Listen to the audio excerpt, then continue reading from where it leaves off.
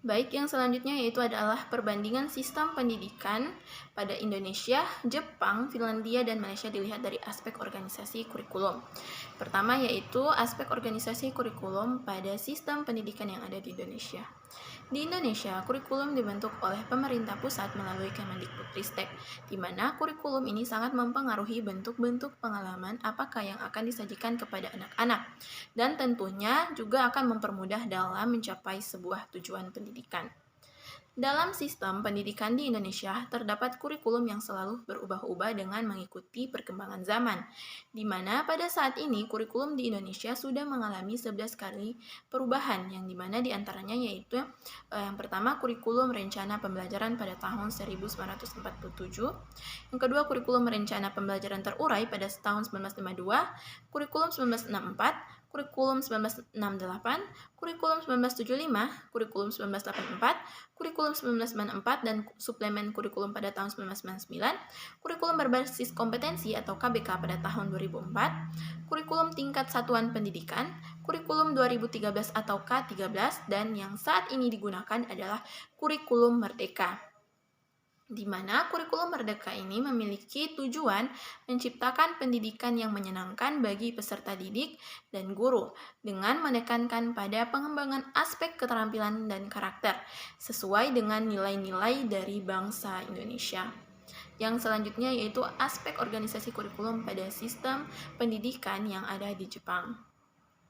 Di Jepang, kurikulum pendidikan disusun oleh sebuah komite khusus di bawah kontrol Kementerian Pendidikan atau MXT. Pembaharuan kurikulum di Jepang berlangsung selama 10 tahun sekali, dan kurikulum terbaru yang diterbitkan pada tahun 1998 adalah pembaharuan ketujuh sejak kurikulum diterapkan pada Perang Dunia Kedua.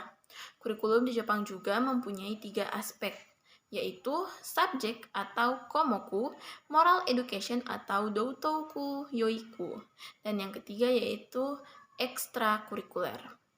Nah, yang selanjutnya yaitu aspek organisasi kurikulum pada sistem pendidikan yang ada di Finlandia. Penyelenggaraan kurikulum di Finlandia diatur oleh Kurikulum Inti Nasional untuk Pendidikan Dasar atau yang disebut National Curriculum for Basic Education 2004 yang diterbitkan Badan Pendidikan Nasional Finlandia. Kurikulum inti pendidikan dasar menetapkan bahwa siswa jenjang pendidikan dasar wajib memenuhi dan menuntaskan seluruh silabus pelajaran. Setelah itu akan menerima sebuah sertifikat yang menyatakan bahwa anak tersebut telah menyelesaikan pendidikan wajib dasar 9 tahun. Dan ia berhak untuk melanjutkan ke jenjang pendidikan menengah atas atau General Upper Secondary School atau pendidikan kejuruan Vocational Education and Training. Nah, yang selanjutnya yaitu organisasi kurikulum pada sistem pendidikan yang ada di Malaysia. Kurikulum yang dikembangkan di Malaysia adalah kurikulum yang menekankan pada pembelajaran yang berpusat pada siswa atau student-centered dengan pendekatan konstruktivistik. Guru berperan sebagai fasilitator, yaitu memfasilitasi kegiatan pembelajaran, bukan penyampai pengetahuan.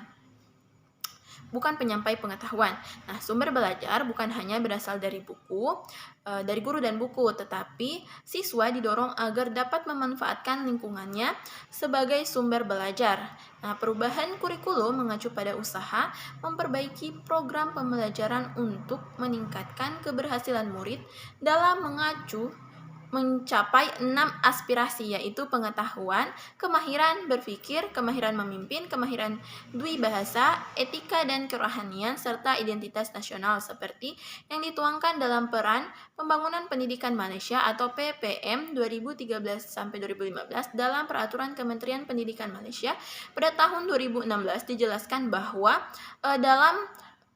bagi memastikan kesinambungan pendidikan rendah dengan pendidikan menengah, transformasi kurikulum dilaksanakan ke atas.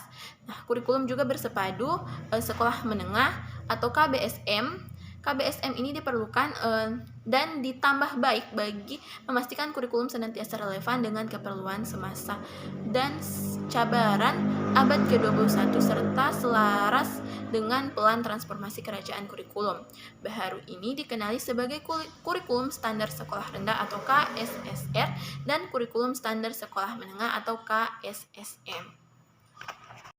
Baik, adapun kesimpulan dari perbandingan sistem pendidikan yang ada di Indonesia, Jepang, Finlandia, dan Malaysia, di sini saya menyimpulkan bahwa setiap negara memiliki sistem pendidikan yang berbeda-beda seperti pada aspek tujuan pendidikan, landasan filosofis, psikologi, sosial budaya, iptek kurikulum dan organisasi kurikulumnya. Namun, negara-negara tersebut memiliki sistem manajemen yang bersifat gabungan antara desentralisasi dan sentralistik. Kurikulum masing-masing negara itu disusun oleh Kementerian Pendidikan.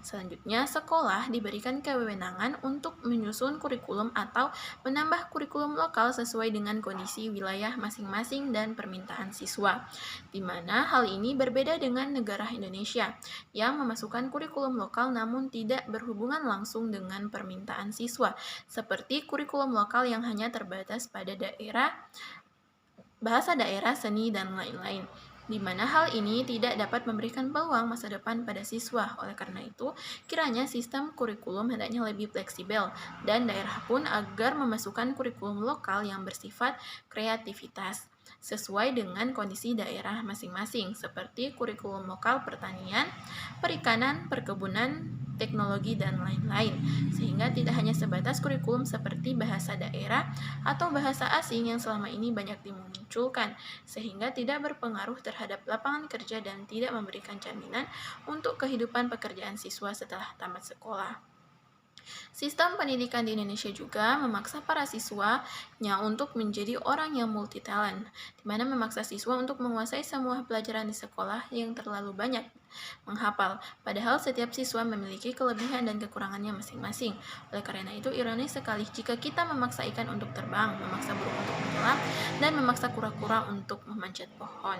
Oleh karena itu, seharusnya pendidikan itu harus bisa mengembangkan atau meningkatkan bakat dan skill dari setiap siswa, bukan memaksa siswa untuk bisa semua hal, padahal guru setiap mata pelajaran itu berbeda-beda, dan juga perlunya peran pemerintah dalam meningkatkan kualitas guru agar terciptanya guru yang profesional di bidangnya, serta pemerintah juga memberikan perhatian yang lebih terhadap kesejahteraan guru agar terciptanya suatu pendidikan yang lebih baik lagi.